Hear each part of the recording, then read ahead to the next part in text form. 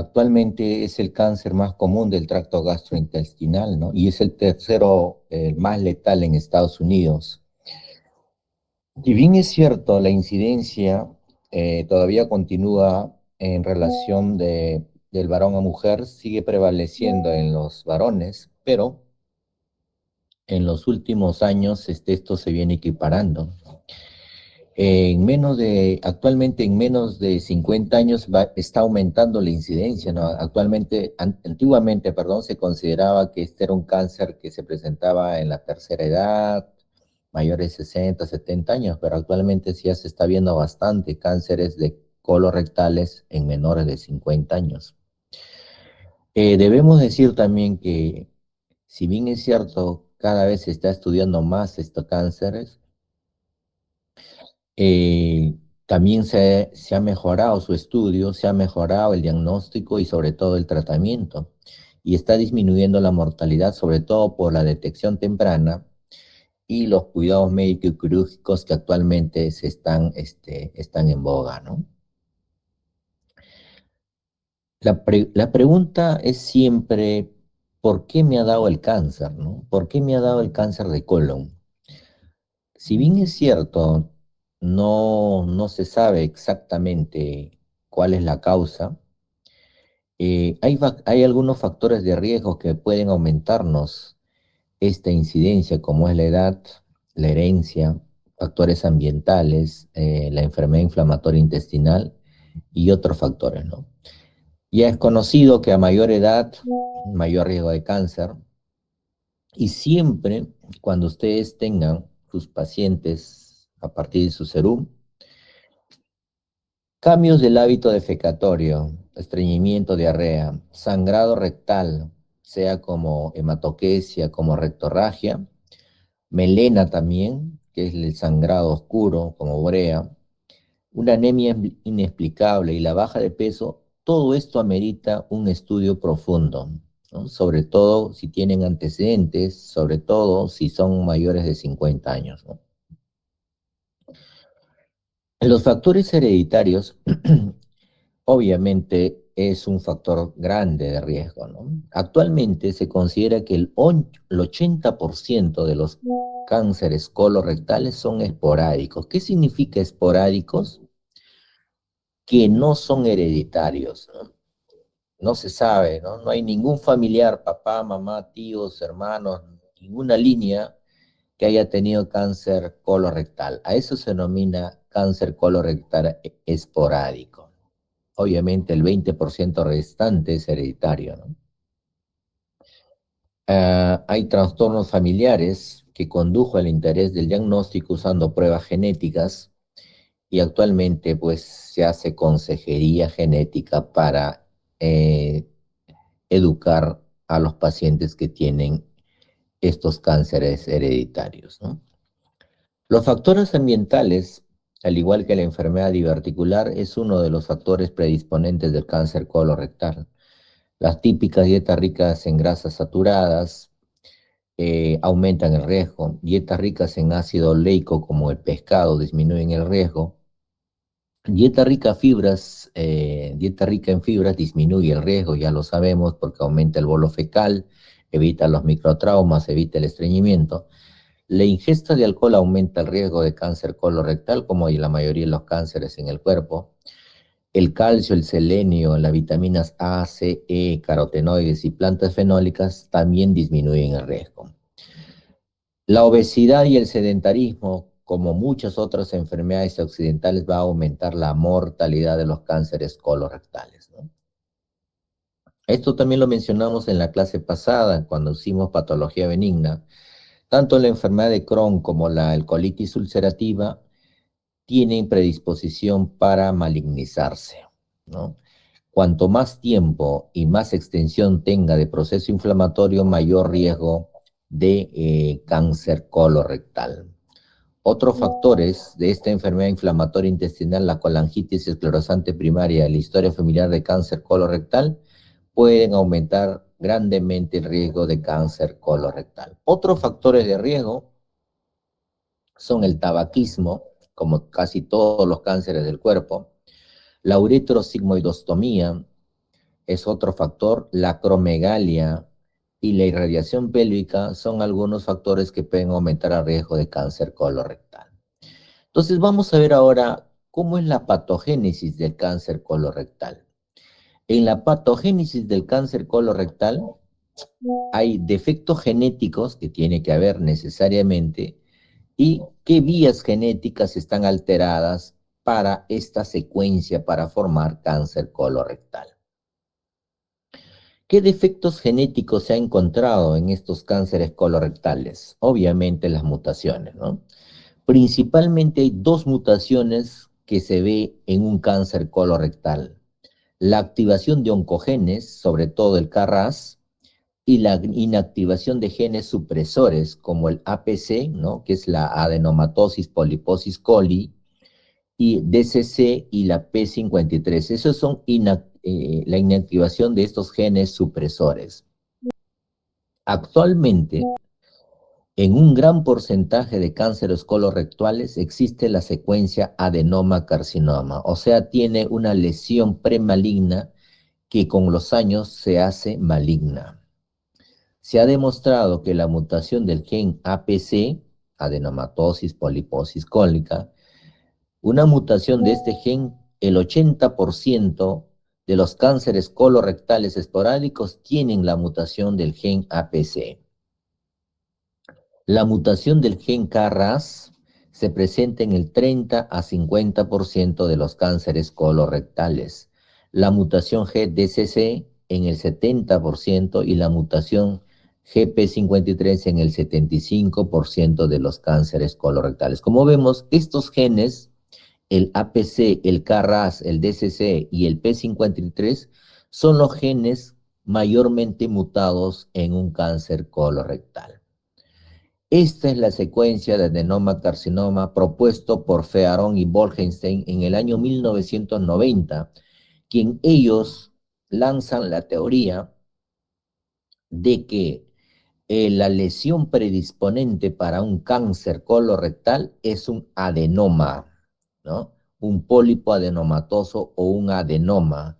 Para que un adenoma se convierta en carcinoma, o sea, en un cáncer, tiene que pasar entre 8 a 12 años, promedio 10 años, y tiene que haber, como ustedes están viendo, una mutación de genes como la inactivación del APC, mutación del KRAS, el DCC y una serie de genes que nos va a llevar a la formación de carcinoma.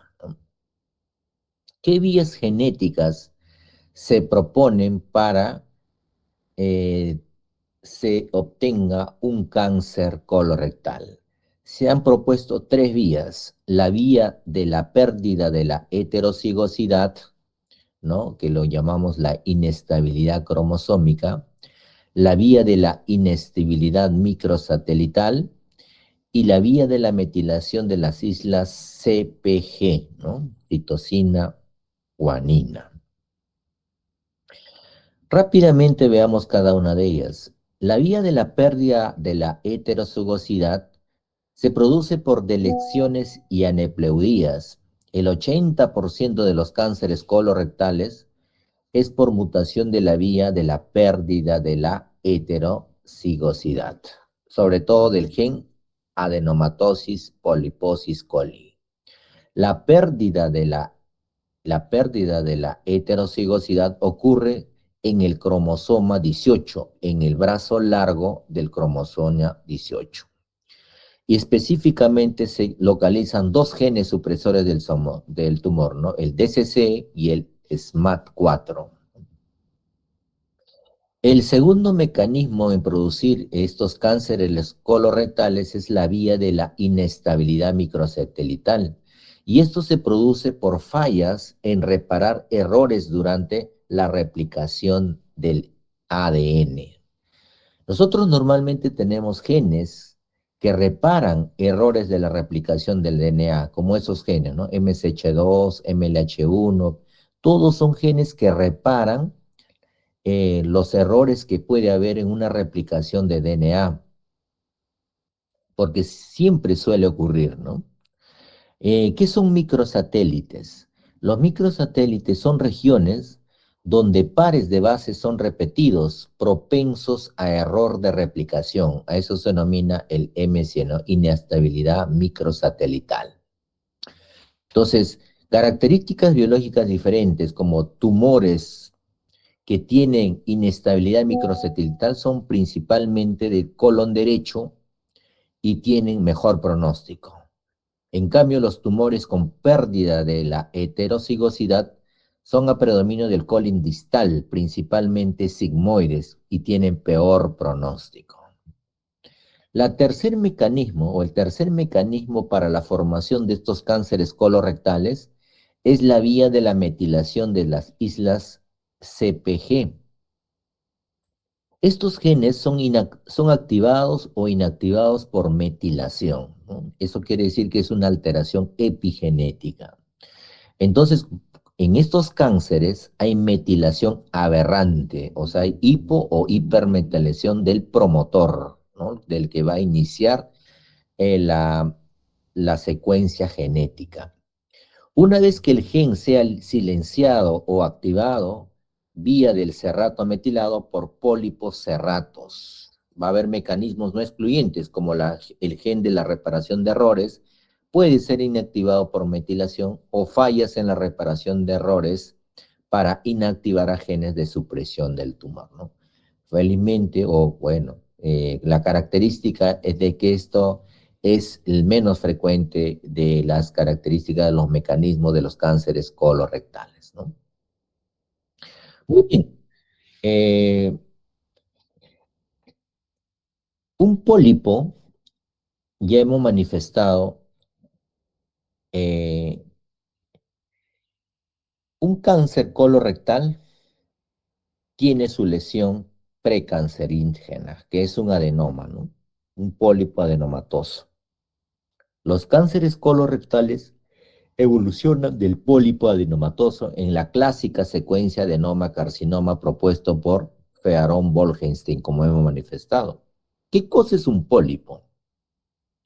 Un pólipo es cualquier proyección de la mucosa colónica independiente de su naturaleza histológica, ¿no? Se clasifican en neoplásicos, ¿no? Los famosos pólipos adenomatosos, amartamatosos, como son los juveniles, Pew-Jeger, Cronja y Canadá, pólipo inflamatorio como el pseudopólipo y el pólipo linfoide benigno, y los pólipos hiperplásicos, ¿no? Entonces, vamos a escribir los pólipos adenomatosos o neoplásicos. Un adenoma es bastante común, más o menos están en el 25% en los mayores de 50 años. Esto pueden convertirse en lesiones displásicas que van a aumentar el riesgo de malignidad. Las características que nos pueden indicar alto riesgo de malignidad son los tipos de adenomas, ¿no? Según el tipo de adenoma. Así tenemos un adenoma tubular, solamente el 5% se maligniza. Un adenoma túbulo velloso se maligniza el 20%. En cambio, el velloso, casi la mitad se maligniza. Por el tamaño, un adenoma menos de 1 centímetro difícilmente se malignizan, pero un adenoma más de 2 centímetros, casi la mitad se malignizan. De otra forma, los adenomas pediculados fácilmente pueden ser removibles, más fácil de tratar vía endoscópica o colonoscópica en este caso. En cambio, los adenomas sésiles son difíciles de remover, muchas veces hay que sacarlo quirúrgicamente, ¿no? Entonces, estos adenomas no removibles son los grandes, planas y que tienen un foco de cáncer, y esos son quirúrgicos. Los pólipos cerratos, por otro lado, incluyen los adenomas cerratos sésiles y los adenomas cerratos tradicionales. Histológicamente son distintos de un pólipo adenomatoso o neoplásico, ¿no? Son lesiones planas, difícil de visualizar y tienen capacidad de malignizarse. Son tratados como pólipos adenomatosos con la misma conducta en cuanto al manejo, ¿no? Los pólipos hiperplásicos, por otro lado, son comunes en el colon. Normalmente son menores de 5 milímetros, bastante pequeños, ¿no? Normalmente no tienen displasia, ¿no? Y no se les considera premalignos, ¿no? Pólipos hiperplásicos raras veces se malignizan, pero en jóvenes dice que podría tener algún riesgo, por eso que hay que tratarlos vía colonoscópica. Los pólipos amartamatosos, también denominados pólipos juveniles. Estos sí tienen un riesgo de malignidad del 40%, sobre todo los que nacen en la infancia. ¿Cuál es la fisiopatología de estos pólipos amartomatosos? Se produce por mutación del gen BMPR1A y el SMAD4. Es autosómica dominante. Clínicamente se caracterizan porque hay sangrado, ¿no? Rectorragia o hematoquesia. Pueden provocar intusicepción u obstrucción, dolor y anemia. El diagnóstico obviamente es vía colonoscópica. Cuando hay más de 3 pólipos suele de haber antecedentes familiares. En estos tipos de pólipos amartomatosos, el tamizaje se le indica a partir de los 18 años, ¿no? Si hay pólipos, colonoscopía cada año, y si no hay pólipos, cada 3 años. El tratamiento es colonoscópico, resección vía colonoscópica, y si falla, colectomía subtotal con ileoproctoanastomosis. Los pólipos amartomatosos pueden ser de 4 tipos: los juveniles familiares, el síndrome de Peutz-Jeghers, el síndrome de Cronje-Canada y el síndrome de Cowden.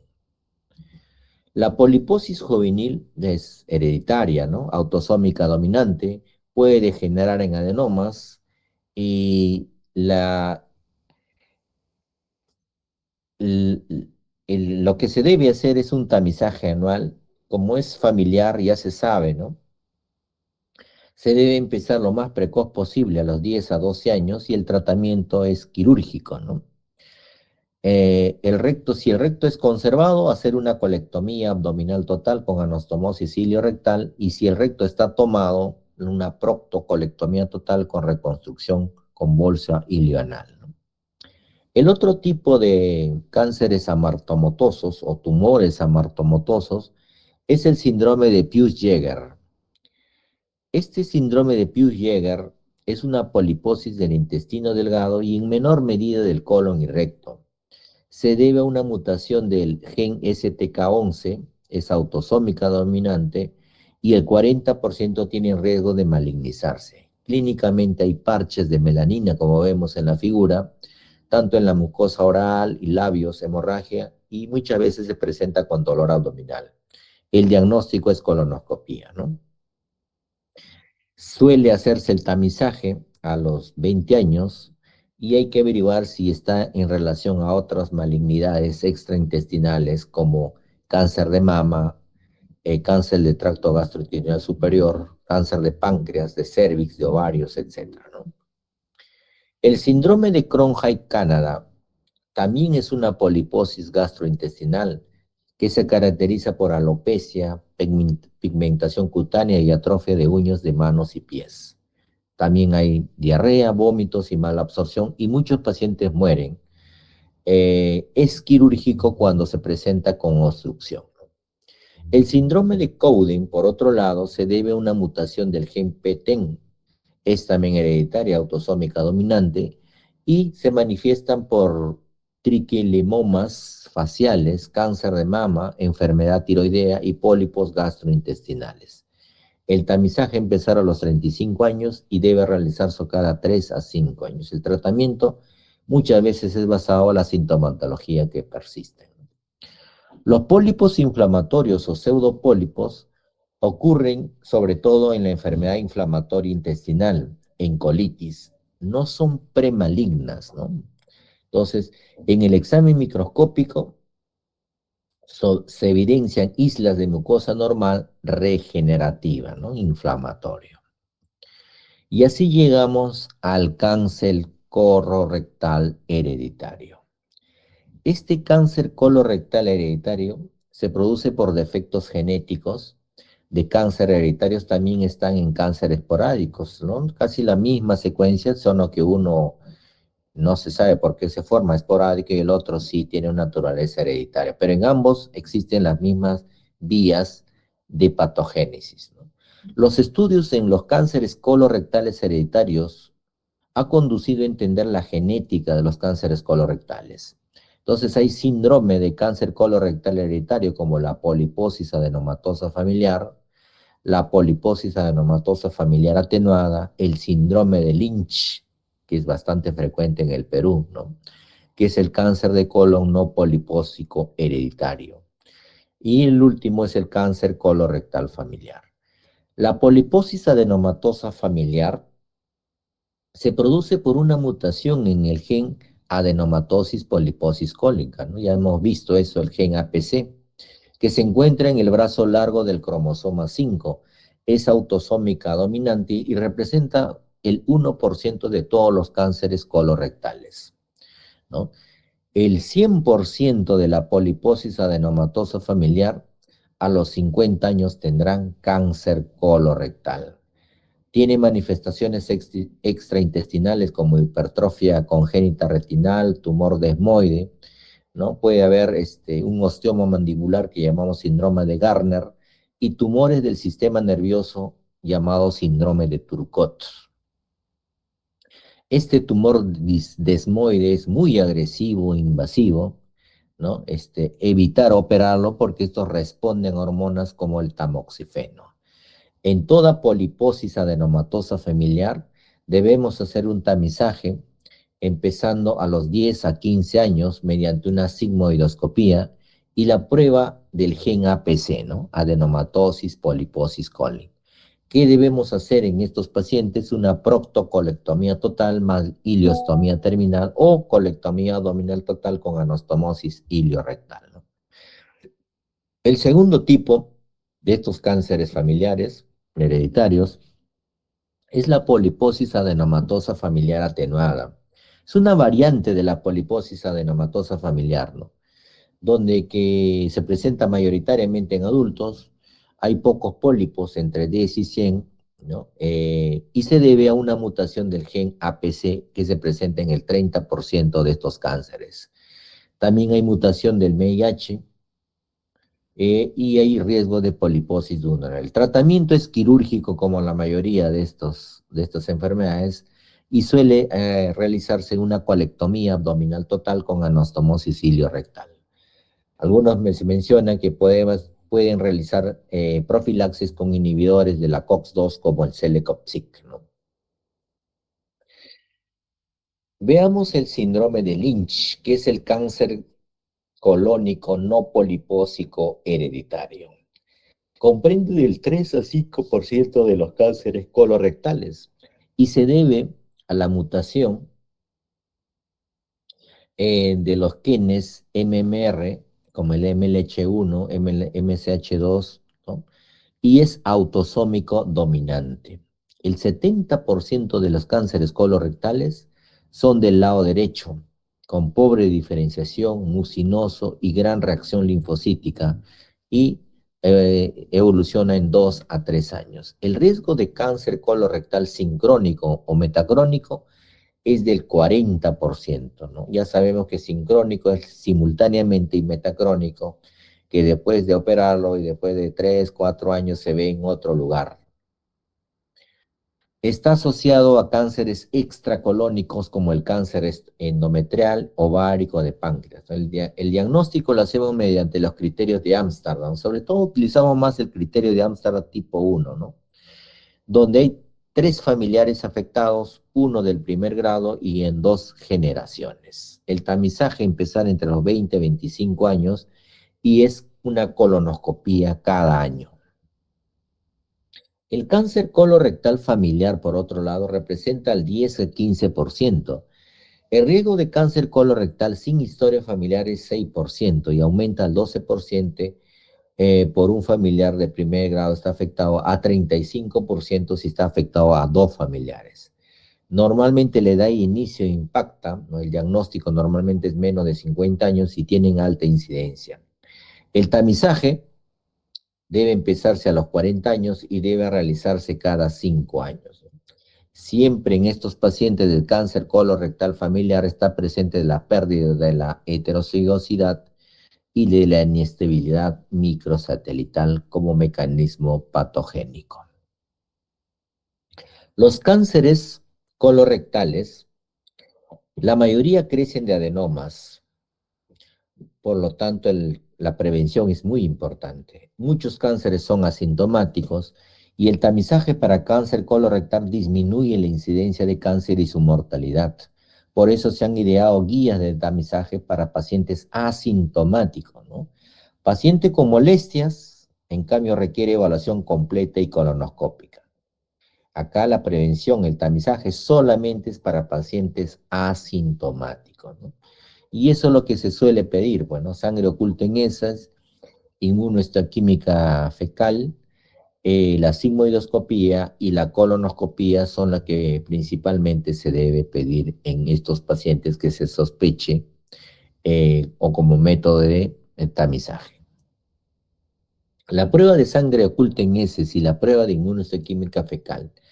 La prueba de oculta de sangre en heces disminuye la mortalidad por cáncer colorectal en el 33% y la metástasis en 50%.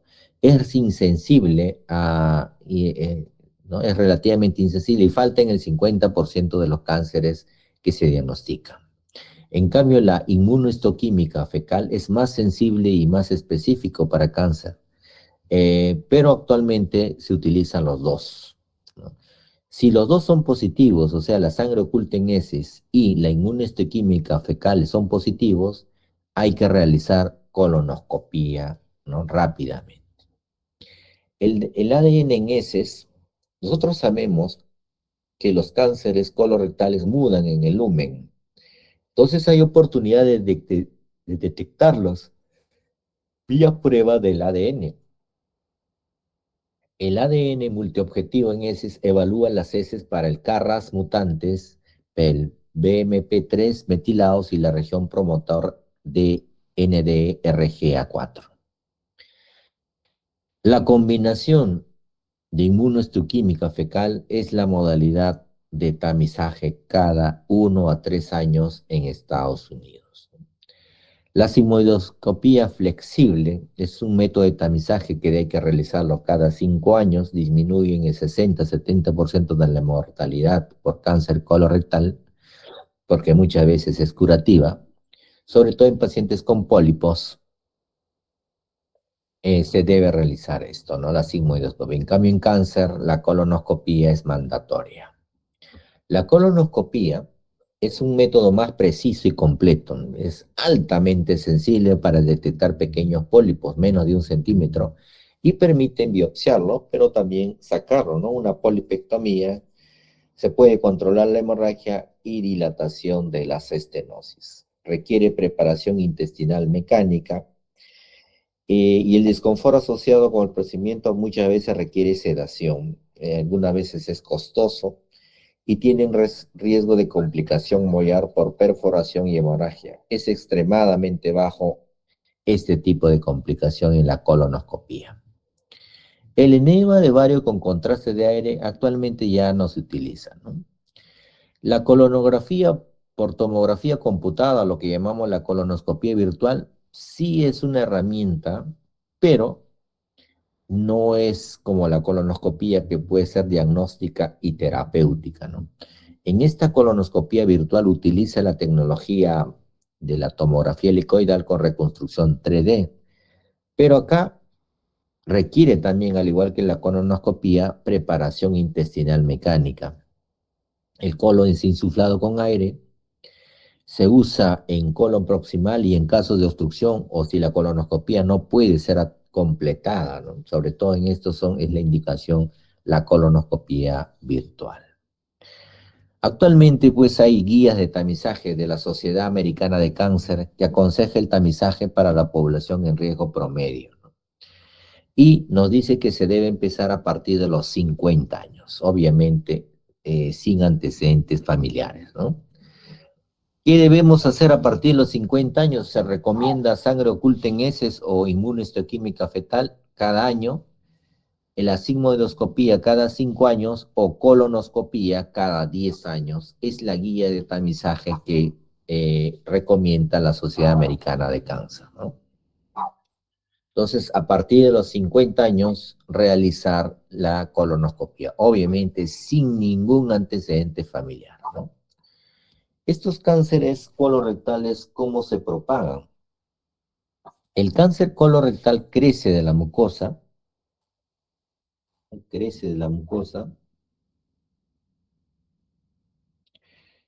invade la pared, los tejidos vecinos y otras vísceras. Se hace muy voluminoso y circunferencial. El compromiso de los ganglios linfáticos regionales es la forma más común de propagación. Entonces, la metástasis ganglionar va a depender mucho del tamaño, de la pobre diferenciación, de la invasión linfovascular y de la profundidad. El estadio T es el mayor predictor de la propagación, ¿no? Teniendo en cuenta del TNM, ¿no? Tumor. T in situ, no hay metástasis ganglionar. T1, T2 están asociados a compromiso ganglionar de 5 a 20%, y T3 y T4, más del 50% hay metástasis ganglionar. La metástasis regional y a distancia. 4 o más ganglios comprometidos es un N2, tienen un mal pronóstico, ¿no? Siempre la propagación linfática sigue venas mayores. En cambio, en el cáncer de recto, sigue dos rutas.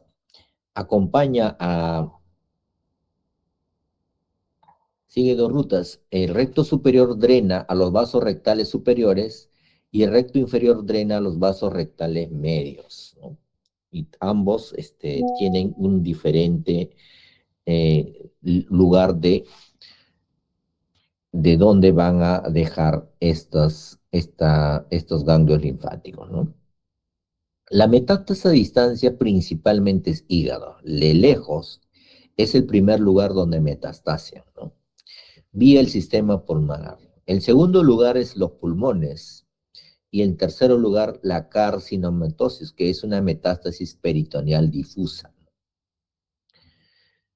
Ahora vamos a evaluar el estadiaje y la evaluación preoperatoria. Un cáncer colorectal nos va a dar síntomas y esto va a depender de la localización. Así tenemos el colon derecho, se manifiesta por hemorragia oculta, o sea, hay anemia y un síndrome constitucional, o sea, baja de peso. En cambio, en el colon izquierdo se caracteriza por constipación, o sea, estreñimiento y hematoquesia. Y en el recto, tenesmo, rectorragia, ¿no? Tenesmo, rectorragia. Del 25 a 30% debutan complicados. ¿Qué complicaciones puede darnos un cáncer colorectal? Uno es obstrucción, que es la más frecuente, sobre todo en el ángulo esplénico y transverso, y también en sigmoides. La perforación, ¿no? Por necrosis del propio tumor o distensión secundaria, o hemorragia, que muchas veces es autolimitada. Para el diagnóstico de el cáncer colorectal, tenemos varias pruebas diagnósticas, ¿no? 5 son los más importantes. Uno, TBN en heces, que ya hemos visto en mayores de 50 años, colonoscopía con biopsia, enema opaco, que ya no se utiliza, colonoscopía virtual tiene sus indicaciones, y marcadores tumorales como el antígeno carcinoma embrionario, o sea, para el pronóstico y seguimiento, no para el diagnóstico, ¿no? El estudio de la extensión del cáncer tiene que ser hecho vía tomográfica, ecografía endorrectal, resonancia magnética y tomografía por emisión de positrones, que mide o que nos valora la recidiva o la respuesta a la neoadyuvancia de estos cánceres avanzados, ¿no? Ahí tenemos cáncer de sigmoides, cerebroide, ¿no? Típicas cánceres. Aquí tenemos un cáncer del ángulo hepático en el lado derecho. Ahí tenemos una imagen de una ecografía endorrectal donde vemos un tumor rectal a 7 centímetros del margen anal Este es un UT3N0. ¿Qué significa U? Quiere decir que esa clasificación es ecográfica, de ultrasonografía, ¿no? T3 quiere decir que invade músculos, ¿no? N0 que no hay ganglios, ¿no? El estadiaje es basado principalmente a la profundidad del tumor y la metástasis ganglionar o a distancia. Así tenemos el estadio 1, incluye que invade solo la mucosa, T in situ, pues, ¿no? Tumor in situ o su mucosa T1 o muscular T2, siempre sin ganglios comprometidos. Ese es el estadio 1. Estadio 2, ¿no? Invade subserosa o tejidos pericólicos no peritonizados. Ese es un T3 o atraviesa a los órganos, otros órganos, como el T4, pero sin compromiso ganglionar. El estadio 3 es cualquier T, pero con metástasis ganglionar. Y estadio 4, cualquier T con metástasis a distancia, ¿no?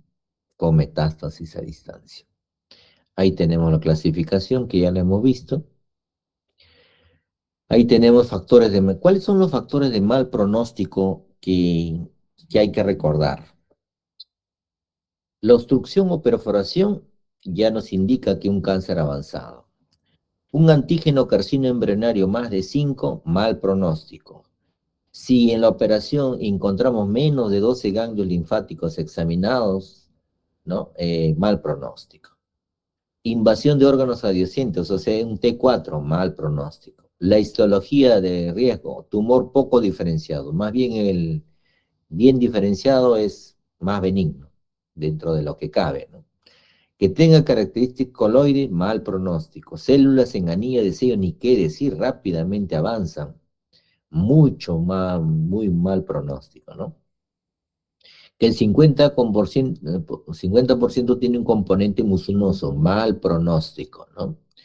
Aneuploidía celular, invasión vasculolinfática, todos estos tienen mal pronóstico. ¿Cómo debemos evaluar nuestro paciente que ya lo diagnosticamos mediante colonoscopía y en la biopsia nos salió un cáncer? Evaluar si hay sincrónicos, ¿no? En otros lugares. Hay que hacer un tacto rectal y una proctoscopia rígida o flexible con biopsia.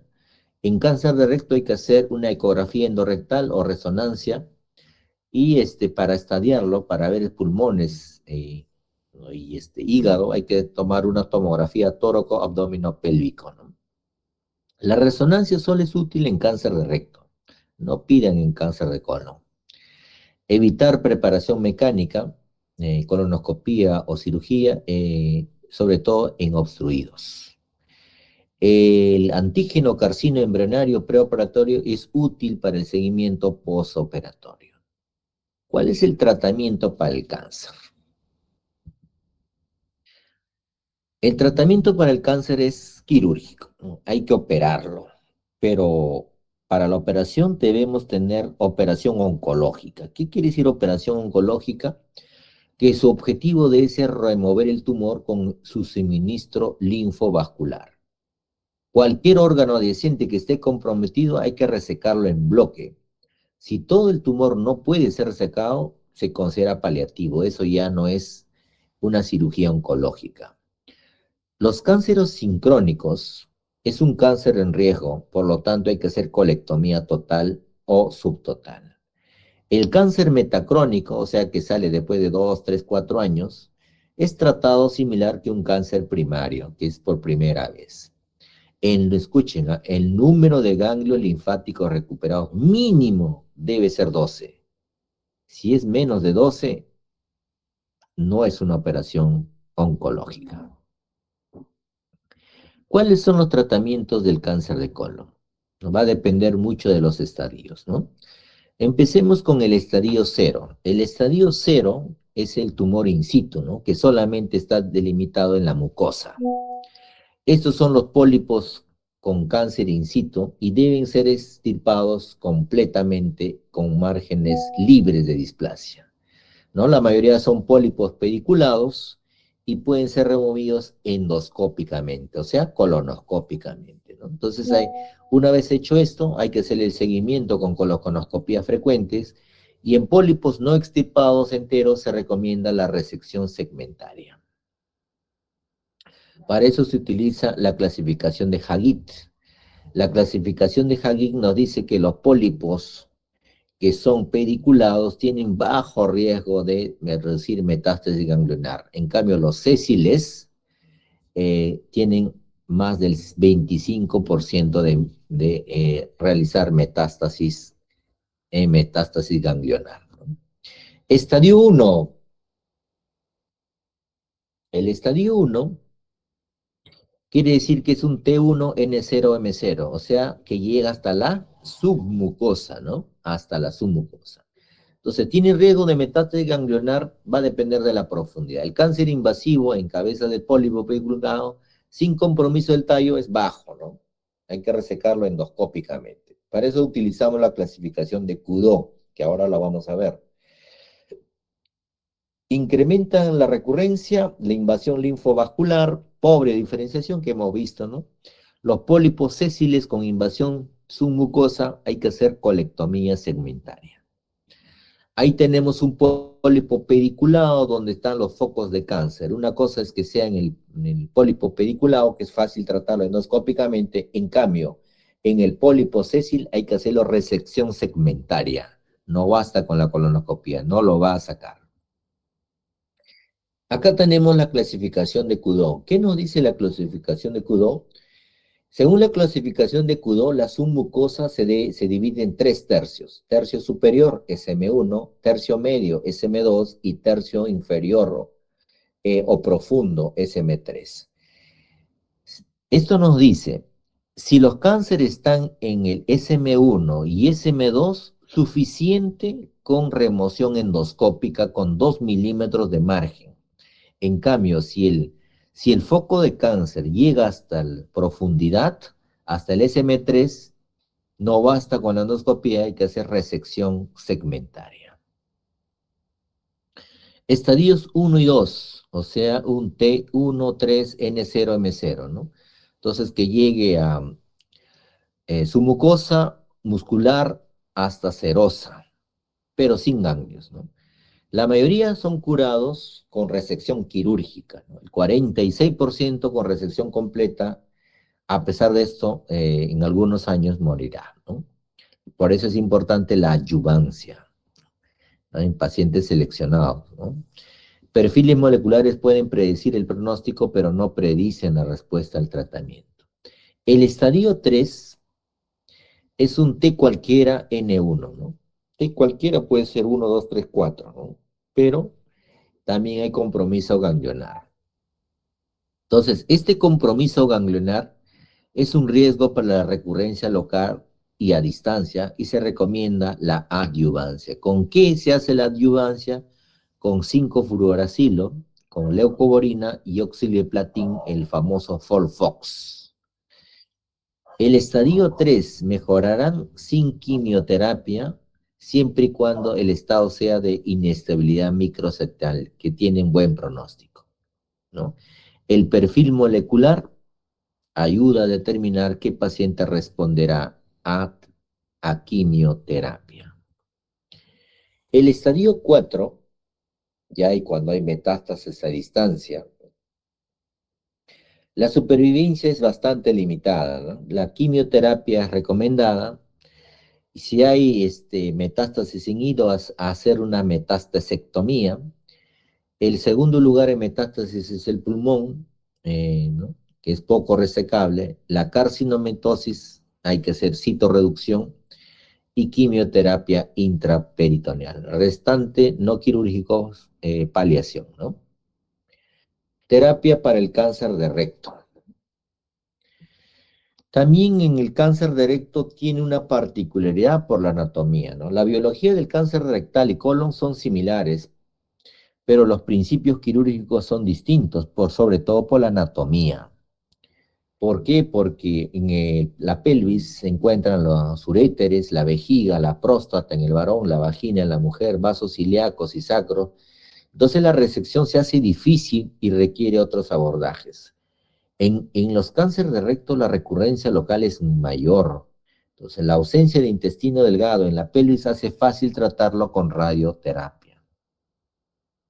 Tratamiento local.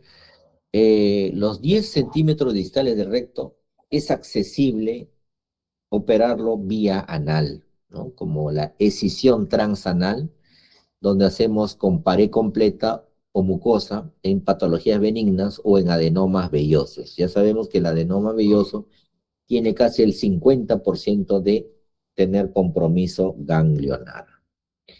El TEM o el TAMIS, ¿no? Que son microcirugía endoscópica transanal, se puede extirpar tumores hasta 15 centímetros del margen anal.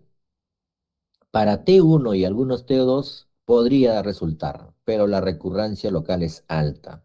Básicamente, actualmente el TEM y el TAMIS está limitado a T1, pregunta de examen, ¿no? ¿En quiénes se utiliza TEM y TAMIS? Todos los cánceres T1, cáncer de recto, pequeñas, menos de 3 centímetros, ¿no?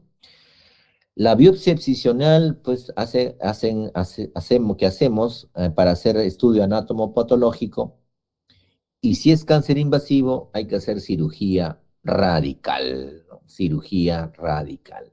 ¿Y qué cosa es la cirugía radical? ¿Qué es lo que vamos a ver? Es preferida al tratamiento local para la mayoría de los cánceres de recto, ¿no?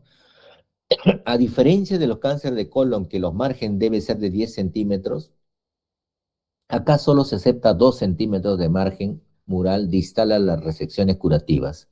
Y existen dos técnicas, ¿no? La escisión total del mesorrecto y la exenteración pélvica.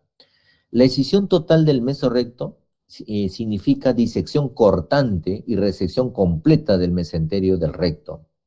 Entonces, la resección del recto superior o recto sigmoides incluye un margen de 5 centímetros, pero hacia abajo 2 centímetros. Está asociado a menor sangrado y lesión de nervios pélvicos y del plexo presacro.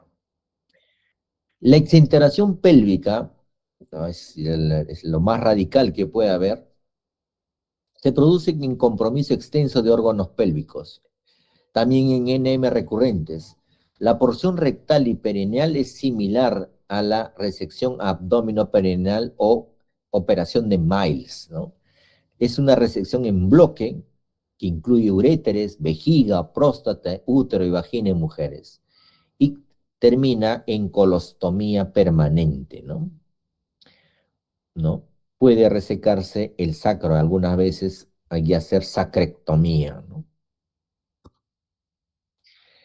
El tratamiento es de acuerdo al estadio, ¿no? El estadiaje pretratamiento del cáncer de recto se determina con ecografía endorrectal o resonancia. La ecografía es preciso para dar la profundidad, pero es menos seguro para el diagnóstico del compromiso ganglionar. En ese sentido, la resonancia sí es útil para evaluar el compromiso del mesorrecto. Los márgenes comprometidos o amenazados responden muy bien a la quimio-radioterapia neoadyuvante, ¿no? Entonces, en cáncer de recto, veamos, en el estadio cero, que indica el cáncer in situ, ¿verdad? Solamente compromiso en la mucosa. Por ejemplo, adenomas vellosos, que alberga cáncer in situ. Los márgenes, 1 centímetro debe ser obtenido, no más. Rara veces es necesario la resección radical. En cambio, en el estadio 1, que es un carcinoma rectal localizado, o sea, un T1-2, o sea, su mucosa hasta la muscular, pero sin compromiso ganglionar. En este estadio 1, la escisión local puede tener su utilidad, eh, sobre todo en T1 ultrasonográfico, ¿no? Que llega a la submucosa, o T2 ultrasonográfico, que llega a la muscular sesiles, que tienen una recurrencia alta. Lesiones con histología desfavorable y tercio distal de recto tienden a recurrir muchas veces, ¿no? Si se rehúsan a la cirugía radical por colostomía, tienen miedo de la colostomía permanente, es adecuado pues una decisión local con adyuvancia o neoadyuvancia. En los estadios 2 y 3, estadio 2, o sea, es un T3 4, ¿no? O sea, muscular serosa, pero sin ganglios. Y estadio 3 es un T cualquiera con N1, o sea, metástasis ganglionar. En el estadio 2, el cáncer rectal grande y distal muchas veces tienen alta recurrencia. Acá podemos utilizar dos escuelas para recurrencias locales.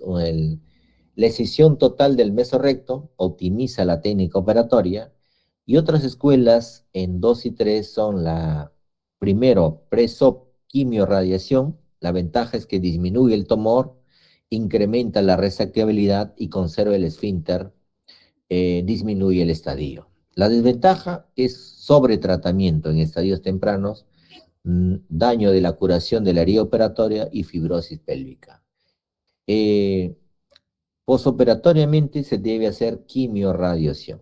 Los tumores enormes que involucran órganos adyacentes y muy bajos, la radiación preoperatoria es mandatoria, ¿no? En estadio 3, o sea, en metástasis de ganglios linfáticos, ¿no? T cualquiera, N1, la quimiorradioterapia pre y poso para cáncer de recto con ganglios positivos.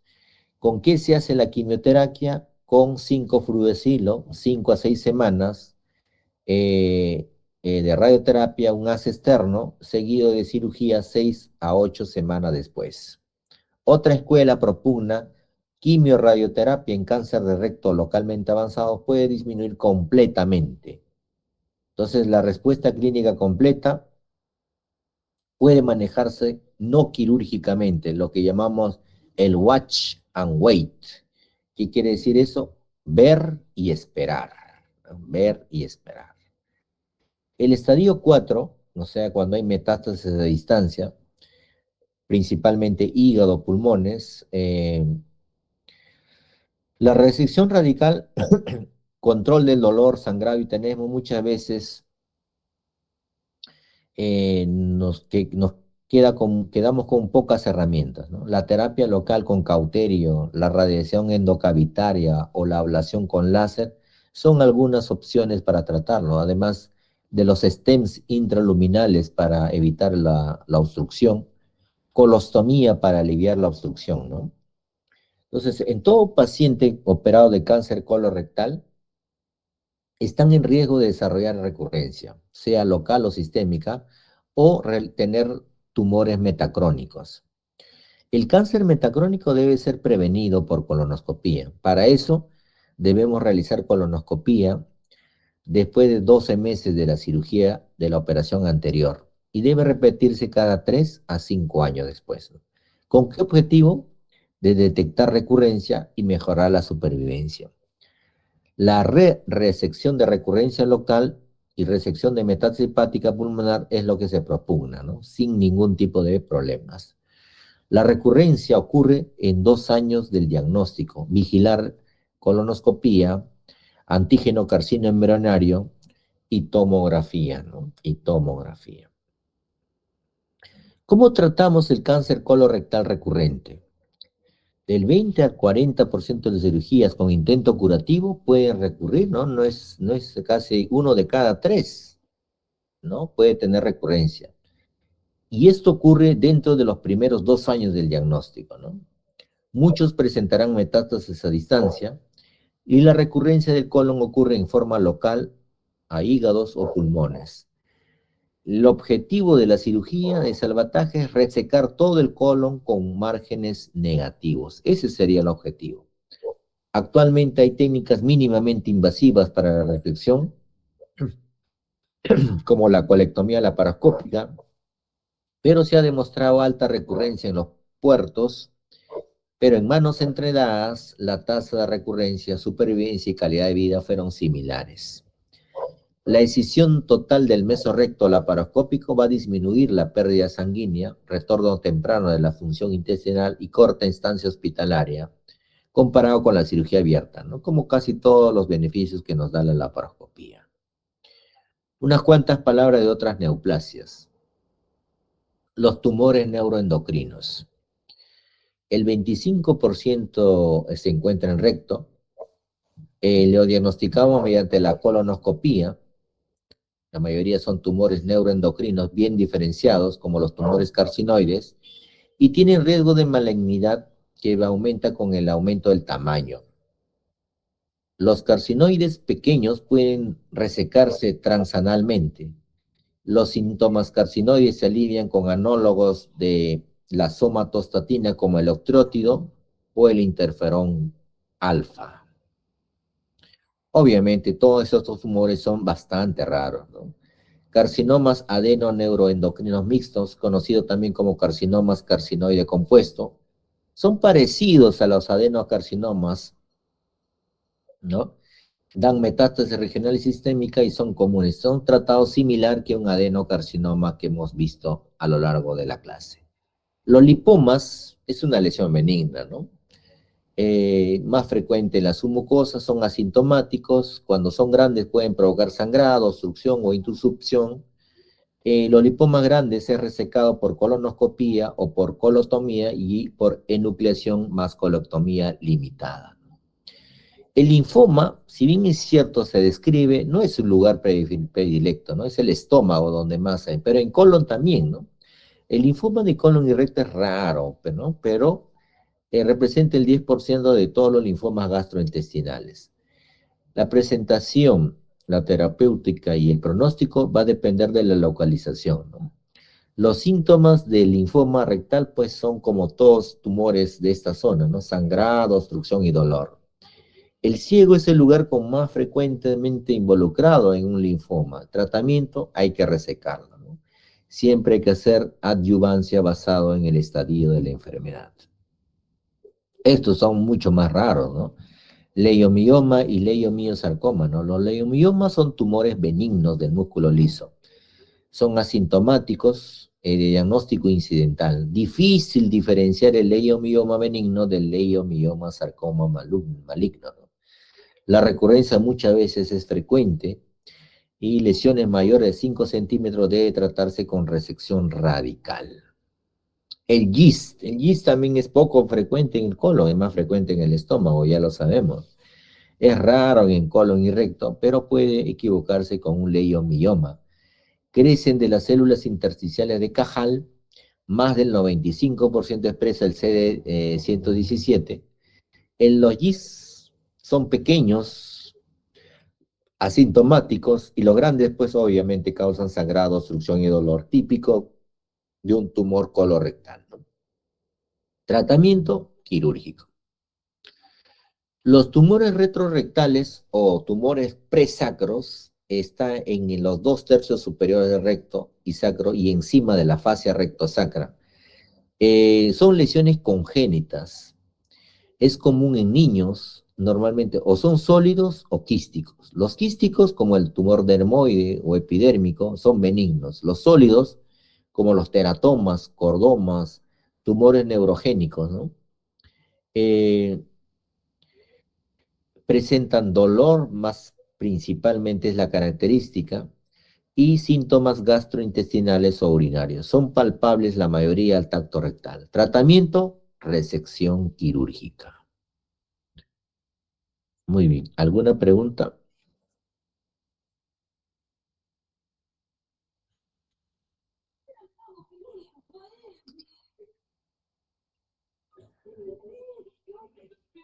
¿Hay alguna pregunta?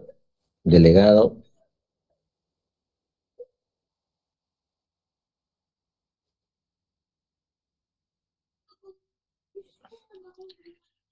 Muy bien. Si no Todo claro, doctor. hay preguntas, nos vemos en ese examen. Cuídense, chicos.